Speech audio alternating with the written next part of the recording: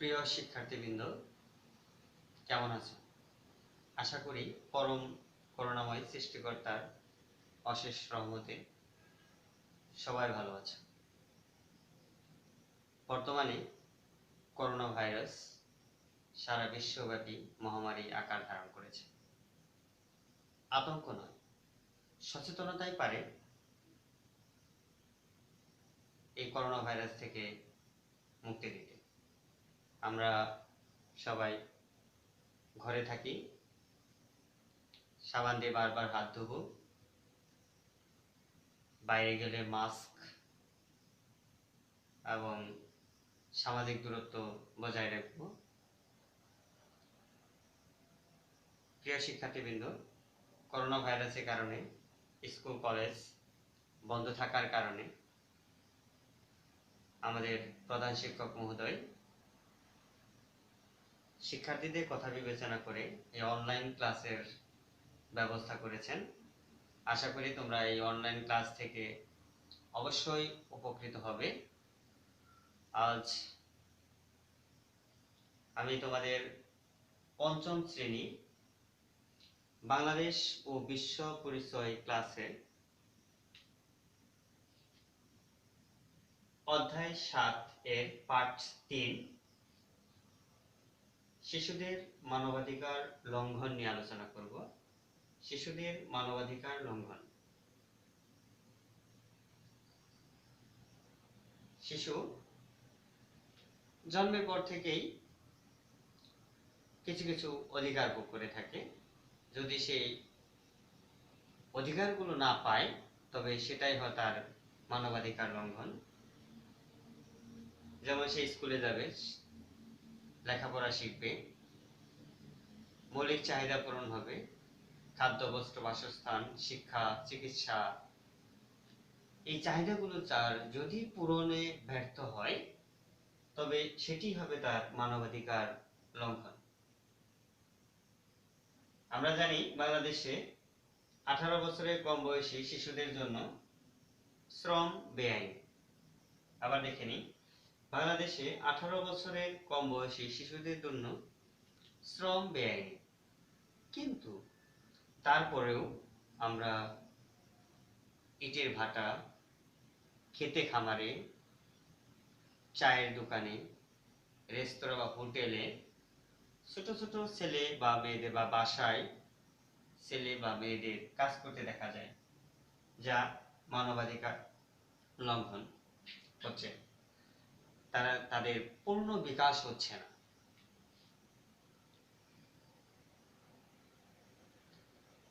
আজ আমরা এই শিশুদের মানবাধিকার লঙ্ঘন নিয়ে আলোচনা করব।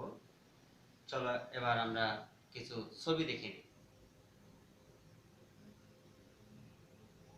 ছবিগুলোতে কি দেখছো? প্রথমে দেখছি একটা ছেলে অনেক বোঝা টানছে। দেখতে মনে হচ্ছে রুগ্ন, অসুস্থ, কিন্তু তারপরেও ভারী বোঝা বহন করছে। পরের ছবিটাও তদ্রূপ, ছোট্ট একটা শিশু, হাতে তার অনেক ভারী বোঝা।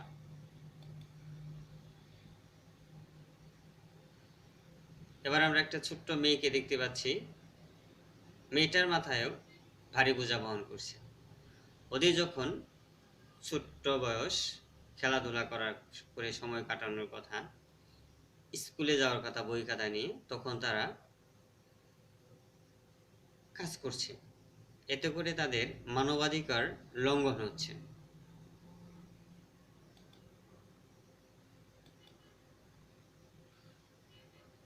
এই ছবিতে দেখতে পাচ্ছি একটা ছেলে আগুনের সামনে বসে কাজ করছে।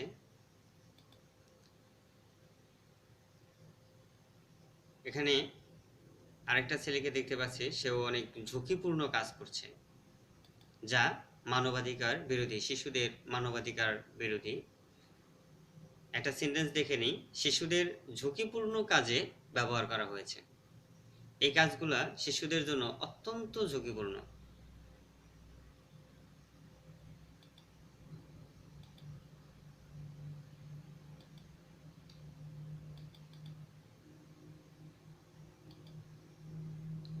আজকে আমরা শিখব শিশুশ্রম কি। শিশুশ্রমের কারণ ব্যাখ্যা করতে পারবো। শিশুশ্রমের ফলে সমাজের সমস্যা চিহ্নিত করতে পারবে।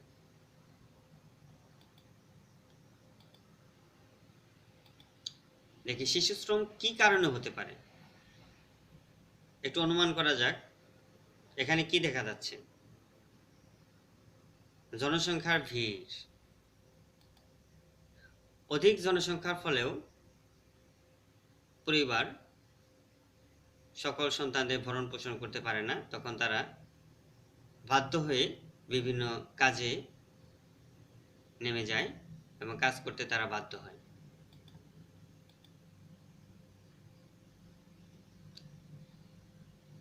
ছোট্ট একটা মেয়েকে দেখা যাচ্ছে থালা বাসন ধৌত করার জন্য প্রস্তুত। যেখানে হেসে খেলে বেড়ানোর কথা, স্কুলে যাওয়ার কথা, সেখানে সে কোনো বাসায় বা বাড়িতে কাজের মেয়ে হিসেবে কাজ করছে। এটা তার জন্য মানবাধিকার লঙ্ঘন হচ্ছে। এতে করে তার শারীরিক বিকাশ এবং মানসিক বিকাশ, সুশিক্ষায় শিক্ষিতও হতে পারছে না।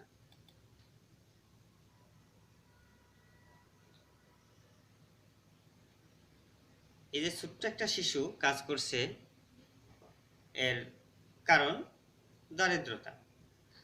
দরিদ্র বিধায় বাবা মা অসচেতন এবং তাকে টাকার জন্য, পেটে ভাত জোগানোর জন্য তাকে অন্যের বাসায় কাজ করতে পাঠিয়েছে। তাহলে বোঝা যাচ্ছে দরিদ্রতাও শিশুদের মানবাধিকার লঙ্ঘনের অন্যতম কারণ।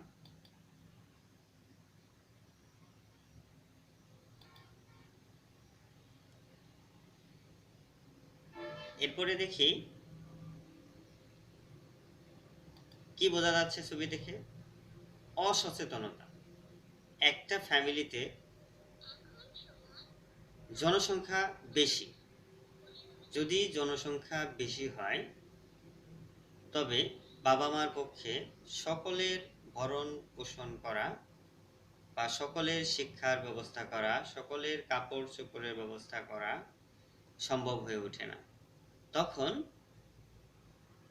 বাবা মা বাধ্য হয়ে সন্তানদের বিভিন্ন কাজে যেতে বাধ্য করে এবং তারা শিশুশ্রমে লিপ্ত হয়। ছবিটা থেকে কি দেখা যাচ্ছে? একটা শিশু, দুজনে টানাটানি করছে। শিশুটি কার? এ নিয়ে ঝগড়া। এ ধরনের শিশু শারীরিক এবং মানসিক যন্ত্রণায় ভোগে। এটাও শিশুদের মানবাধিকার লঙ্ঘন।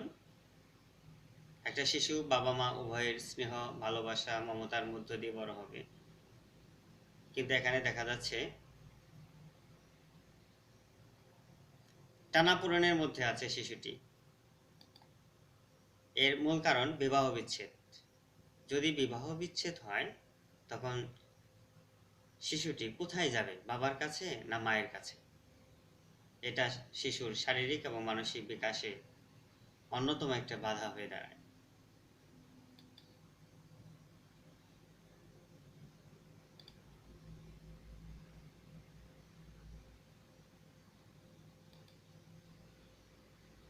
প্রাকৃতিক দুর্যোগেও অনেক ক্ষয়ক্ষতি হয়। বাংলাদেশ প্রাকৃতিক দুর্যোগের দেশ। ঝড়, বন্যা, জলোচ্ছ্বাস লেগেই আছে।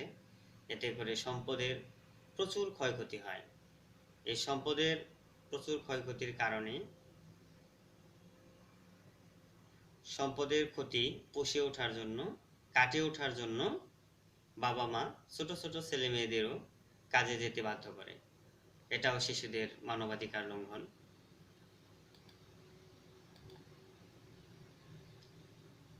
আমরা তিনটা ছোট্ট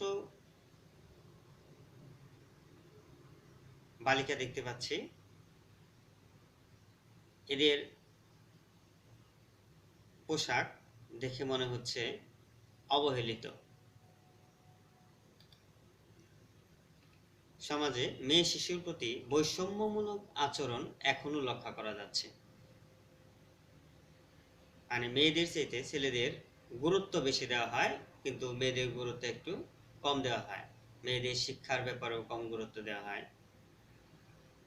এটাও ঠিক নয়, বরং ছেলে এবং মেয়ে দুজনই সমান সুযোগ সুবিধা পাবে, এটা স্বাভাবিক। কিন্তু আমাদের সমাজ ব্যবস্থা কেউ কেউ কোনো ফ্যামিলিতে মেয়ে শিশুর প্রতি একটু কম গুরুত্ব দেওয়া হয়। এটাও শিশুর শারীরিক বিকাশে এবং মানসিক বিকাশে বাধা সৃষ্টি করে। তাই মেয়ে শিশুর প্রতি কোনোভাবেই বৈষম্যমূলক আচরণ করা যাবে না।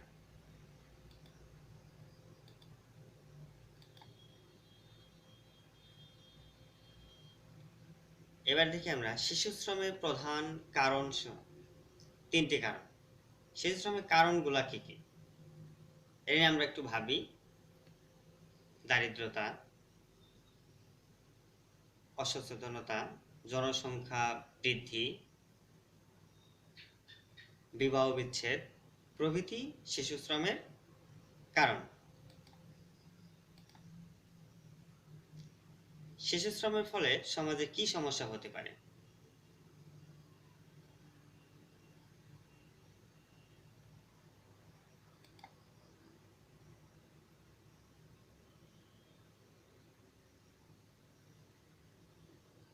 শিশু শ্রম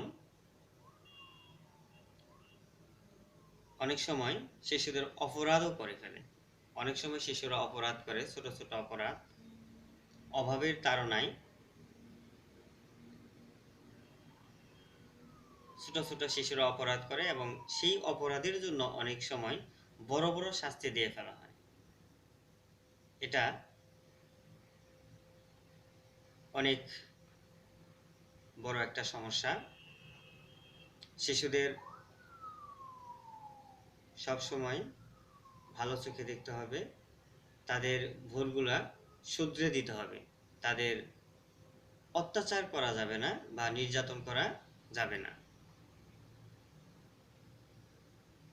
এই ছবিতে দেখা যাচ্ছে শিশুরা বসে বসে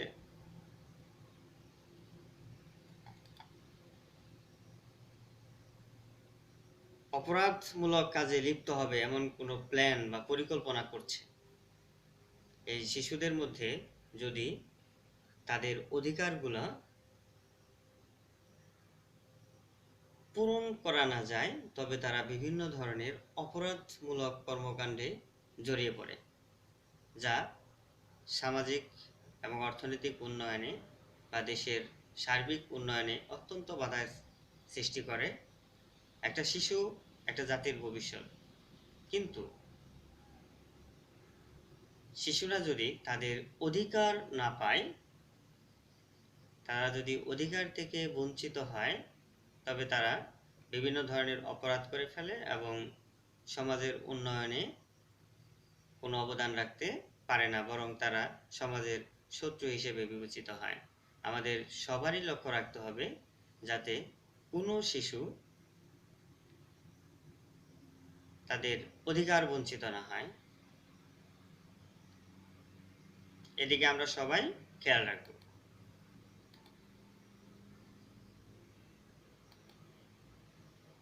রোগ, সংক্রামক রোগ বা বিভিন্ন ধরনের রোগে ভোগা, অপুষ্টিজনিত রোগ, এগুলাও শিশুর শারীরিক এবং মানসিক বিকাশে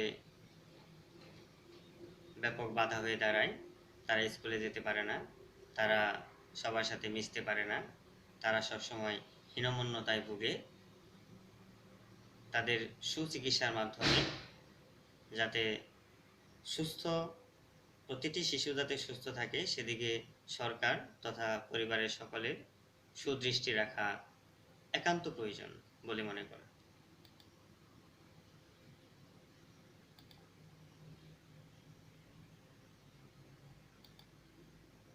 পুষ্টিহীনতা, অভাবের কারণে, দরিদ্র থাকার কারণে বাবা মা সন্তানদের পুষ্টিকর খাবার দিতে পারে না। এতে তারা অপুষ্টিতে ভোগে এবং বিভিন্ন রোগ ব্যাধিতে আক্রান্ত হয়। ছবিতে দেখা যাচ্ছে দুটি শিশু অত্যন্ত অসুস্থ। এই অসুস্থ শিশুদের কাছ থেকে জাতি কোনো উন্নয়ন বা কোনো অগ্রগতি আশা করতে পারে না।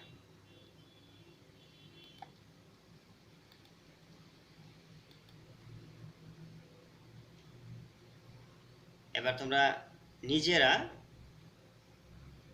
কিছু কাজ করো। শিশু শ্রমের জন্য সৃষ্ট 3টি সমস্যা লিখো, এখনই লিখো।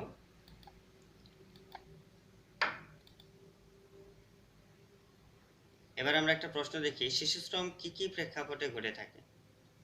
কি কি প্রেক্ষাপটে শিশু শ্রম হয়ে থাকে? শিশু শ্রম শিশুর জীবনে কি প্রভাব ফেলে?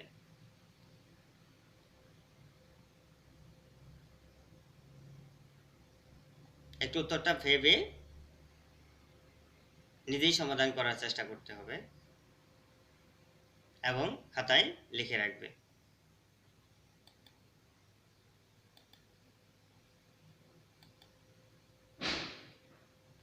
এবার আমরা বাড়ির কাজ নেব।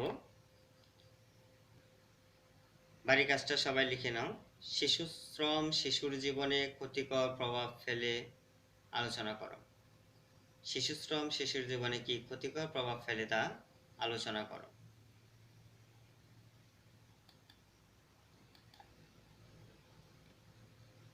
প্রিয় শিক্ষার্থীবৃন্দ,